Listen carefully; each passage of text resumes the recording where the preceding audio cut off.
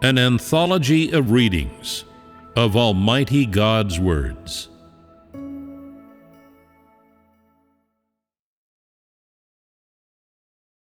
God Himself, the unique, 6.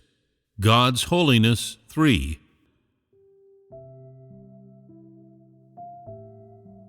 We have just talked about how Satan uses knowledge to corrupt man. So next, let us fellowship about how Satan uses science to corrupt man. Firstly, Satan uses the name of science to satisfy man's curiosity, man's desire to explore science and probe mysteries.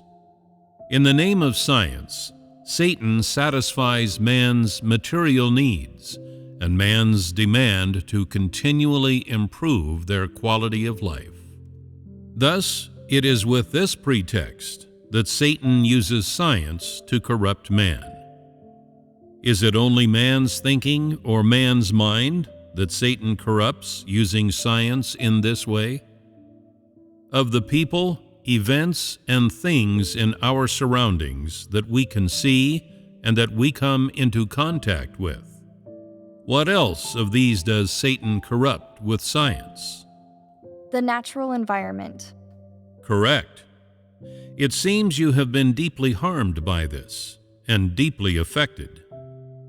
Besides using all the various findings and conclusions of science to deceive man, Satan also uses science as a means to carry out wanton destruction and exploitation of the living environment that was given to man by God.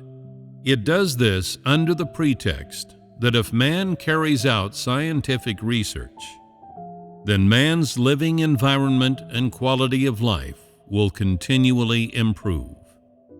And furthermore, that the purpose of scientific development is to cater to people's daily increasing material needs and their need to continually improve their quality of life. This is the theoretical basis of Satan's development of science. However, what has science brought to mankind? What does the environment which we are connected to consist of? Has not the air mankind breathes become polluted? Is the water we drink still truly pure? No. Is the food we consume natural? The majority of it is grown using chemical fertilizer and cultivated using genetic modification. And there are also mutations caused by using various scientific methods. Even the vegetables and fruit we eat are no longer natural. Even natural eggs are no longer easy to find, and eggs no longer taste the way they used to, having already been processed by Satan's so-called science. Looking at the big picture, the entire atmosphere has been destroyed and polluted. Mountains, lakes, forests, rivers, oceans, and everything above and below ground have all been ruined by so-called scientific achievements. In brief, the entire natural environment, the living environment given to mankind by God, has been destroyed and ruined by so-called science.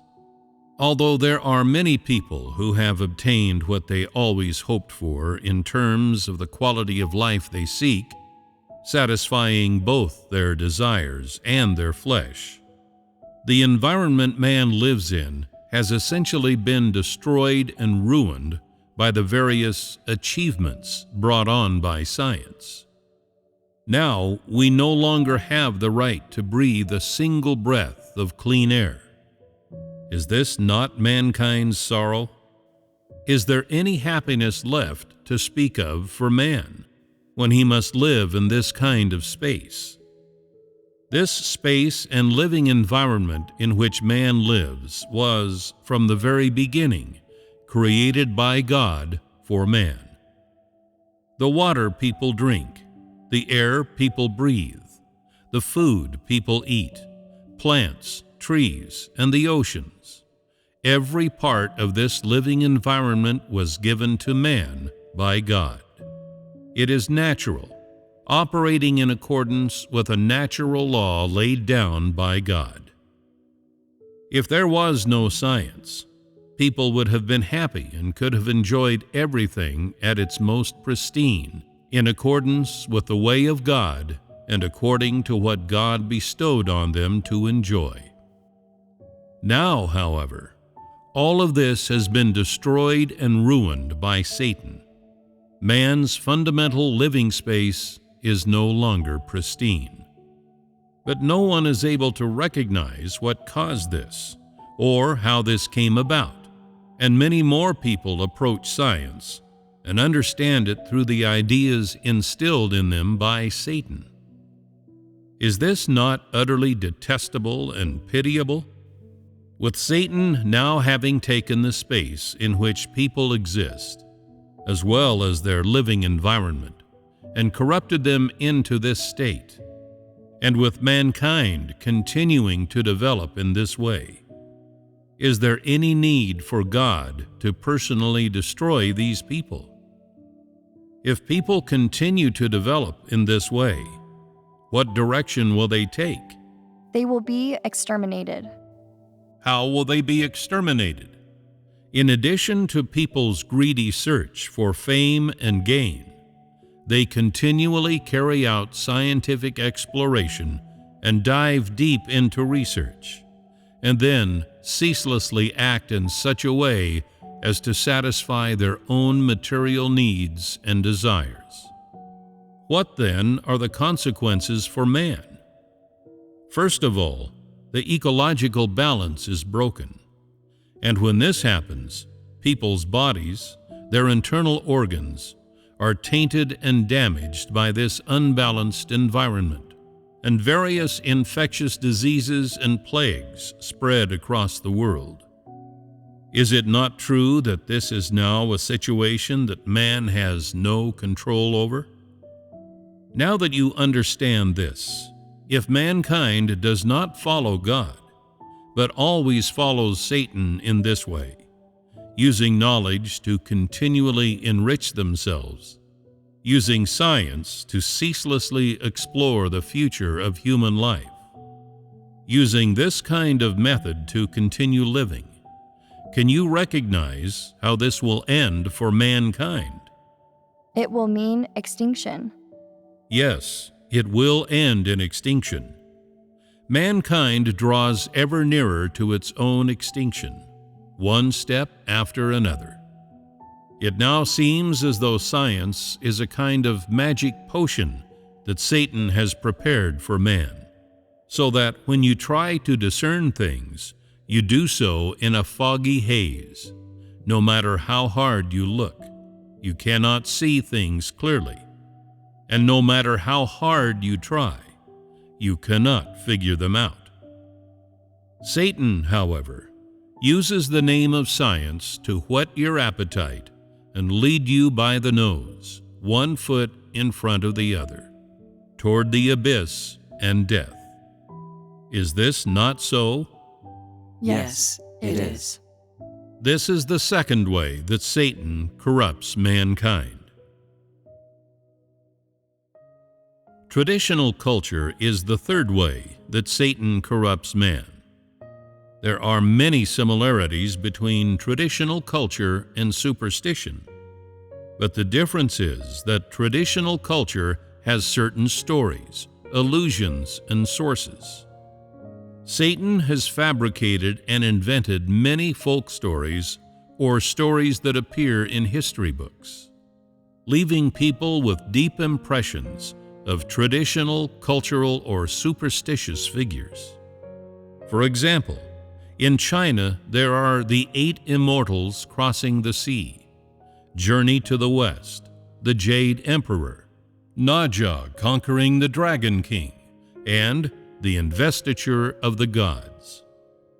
Have these not become deeply rooted in the minds of man? Even if some of you do not know all the details, you still know the general stories. And it is this general content that sticks in your heart and your mind, so that you cannot forget them. These are various ideas or legends that Satan prepared for man long ago, and which have been disseminated at different times.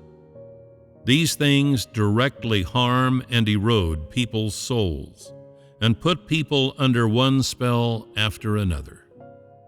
That is to say that once you have accepted such traditional culture, stories, or superstitious things, once they are established in your mind, and once they are stuck in your heart, then it is like you are spellbound. You become enmeshed and influenced by these cultural trappings, these ideas and traditional stories. They influence your life, your outlook on life, and your judgment of things. Even more so, they influence your pursuit for the true path of life. This is indeed a wicked spell. Try as you might, you cannot shake them off. You chop at them, but you cannot chop them down. You beat at them, but you cannot beat them away. Furthermore, after people are unknowingly put under this kind of spell, they unknowingly begin to worship Satan, fostering the image of Satan in their hearts. In other words, they establish Satan as their idol, an object for them to worship and look up to, even going so far as to regard it as God. Unknowingly, these things are in people's hearts, controlling their words and deeds. Moreover, you first regard these stories and legends to be false, but then you unknowingly acknowledge their existence, making of them real figures and turning them into real existing objects. In your unawareness, you subconsciously receive these ideas and the existence of these things. You also subconsciously receive devils, Satan, and idols into your own home and into your own heart. This is indeed a spell. Do these words resonate with you? Yes. Are there any among you who have burned incense and worshipped Buddha? Yes. So what was the purpose of burning incense and worshiping Buddha? Praying for peace. Thinking about it now, is it not absurd to pray to Satan for peace? Does Satan bring peace? No. Do you not see how ignorant you were then? That kind of behavior is absurd, ignorant, and naive, is it not? Satan only concerns itself with how to corrupt you. Satan cannot possibly give you peace, only a temporary respite. But to gain this respite, you must take a vow, and if you break your promise or the vow that you have made to Satan, then you will see how it torments you. In making you take a vow, it actually wants to control you. When you prayed for peace, did you obtain peace? No. You did not obtain peace, but on the contrary, your efforts brought misfortune and unending disasters, truly a boundless ocean of bitterness.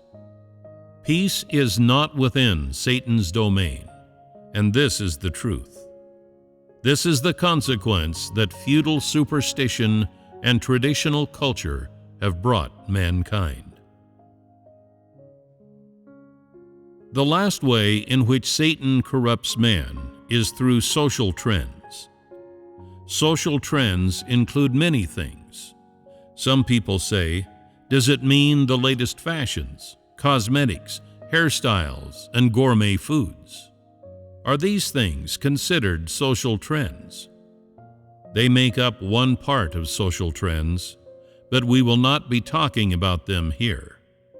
We only wish to talk about the ideas that social trends bring about in people, the way they cause people to conduct themselves in the world.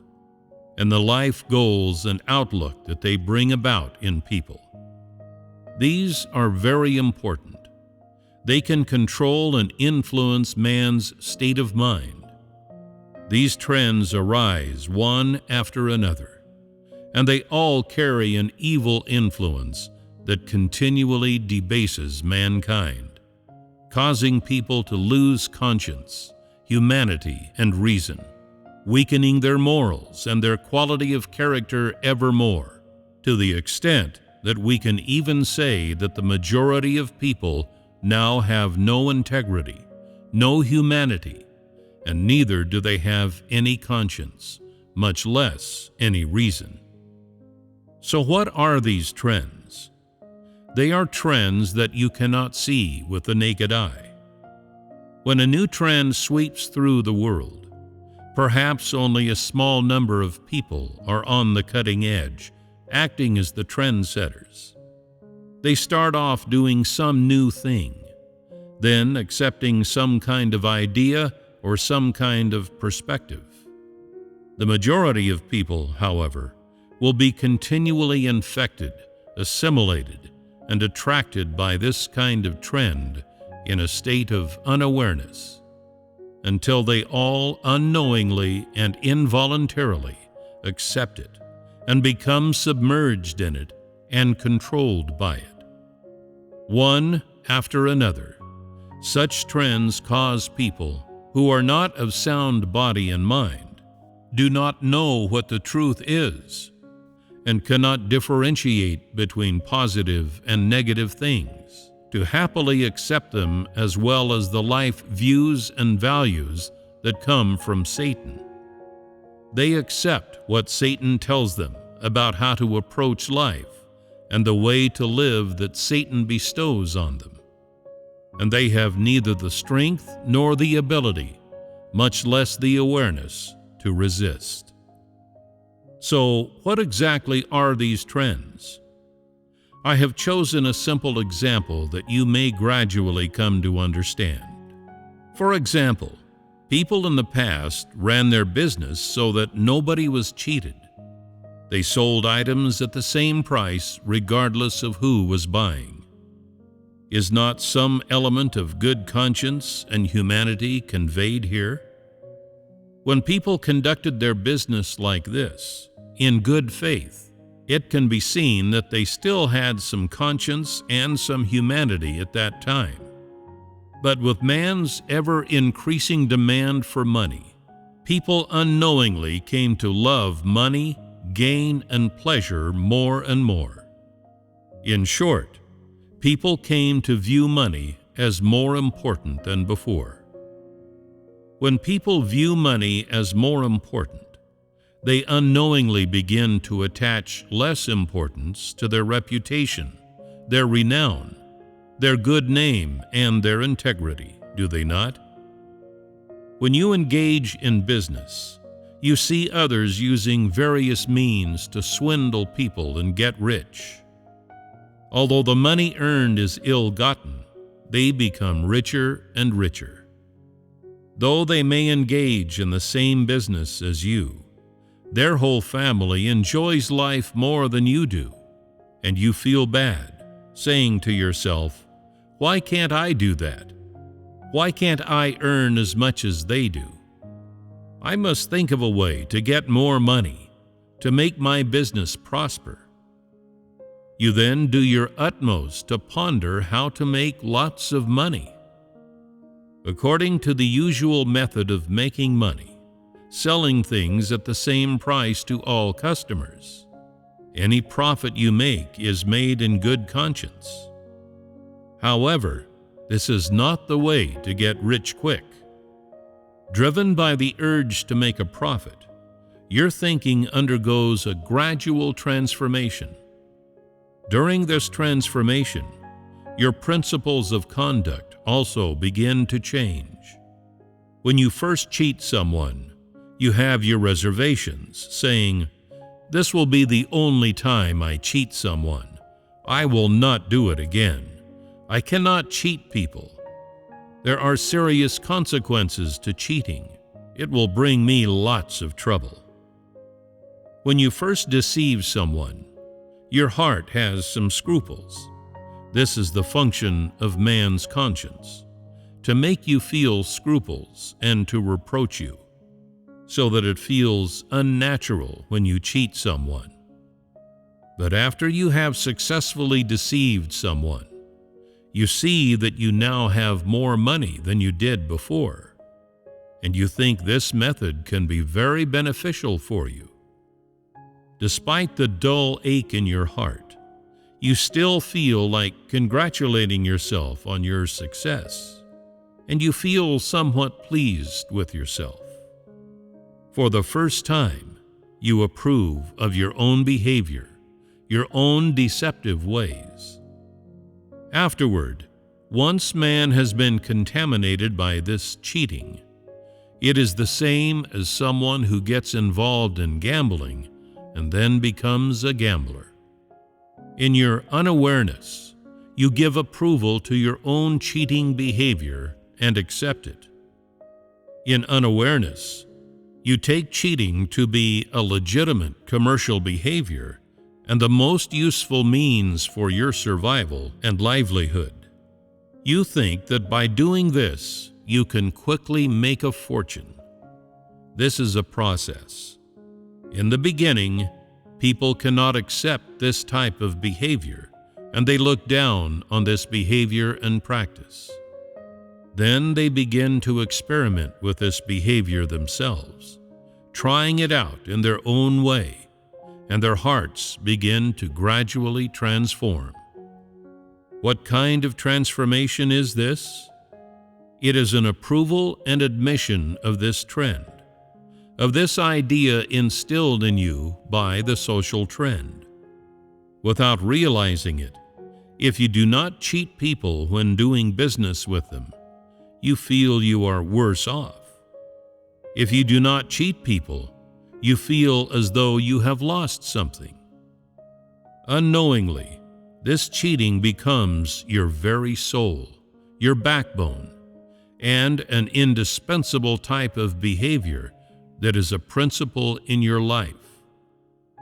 After man has accepted this behavior and this thinking, has this not brought about a change in his heart? Your heart has changed. So has your integrity changed as well? Has your humanity changed? Has your conscience changed? Yes. Yes. Every part of this person undergoes a qualitative change, from their heart to their thoughts, to such an extent that they are transformed from the inside out. This change pulls you further and further away from God, and you become more and more closely aligned with Satan. You become more and more alike to Satan. When looking at these social trends, would you say that they have a big influence on people? Do they have a deeply harmful effect on people? Yes. They do have a very deeply harmful effect on people. What is it about man that Satan corrupts, using one social trend after another? Man's conscience, reason, humanity, morals, and view on life. They cause a gradual degeneration in people, don't they? Satan uses these social trends to lure people one step at a time into a nest of devils, so that people caught up in social trends unknowingly advocate money and material desires, wickedness and violence. Once these things have entered the heart of man, what then does man become? Man becomes the devil, Satan. Why? Because what psychological inclination exists in the heart of man? What does man revere?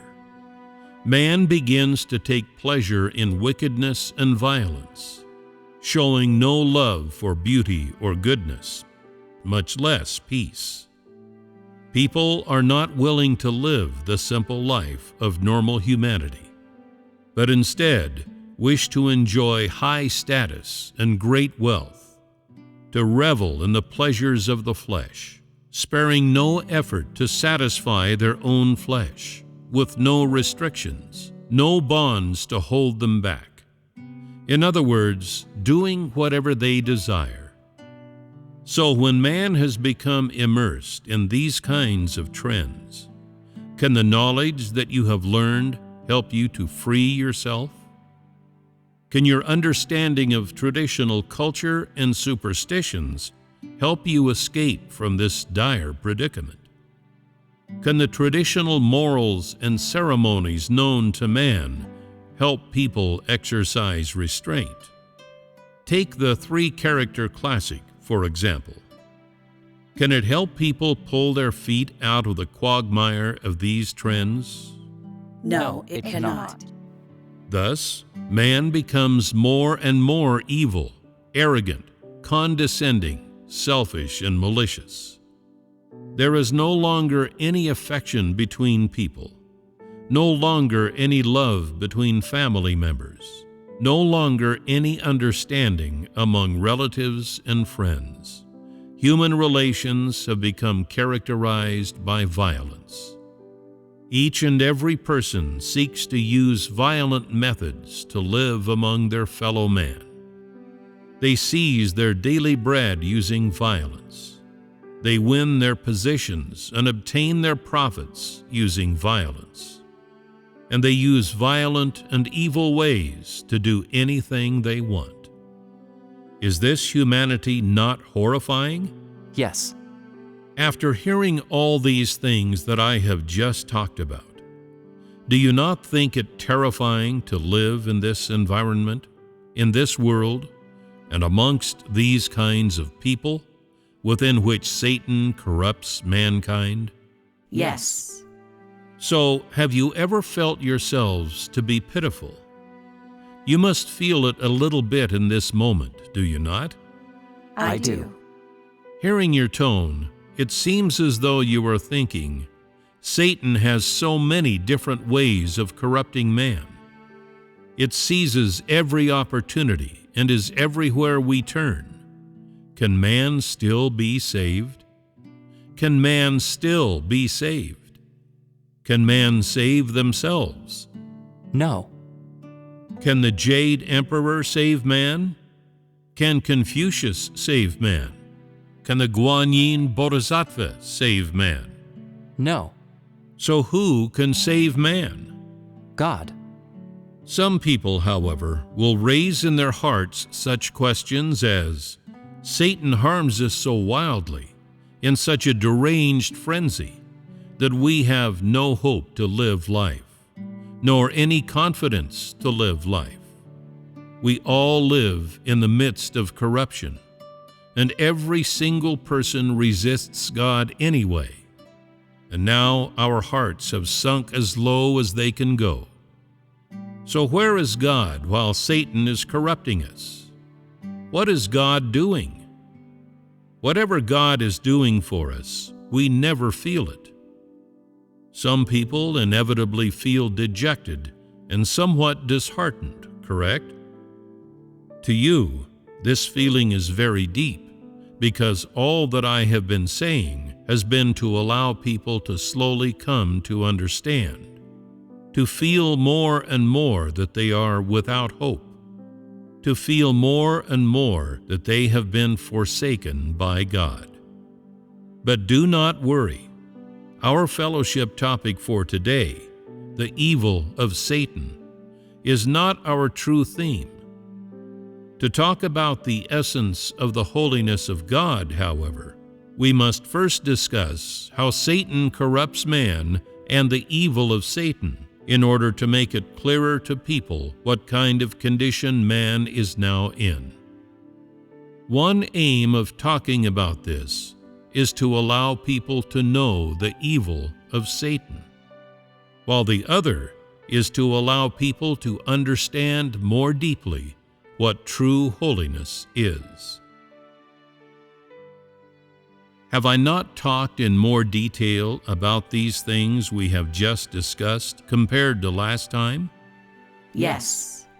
So is your understanding now a little deeper? Yes.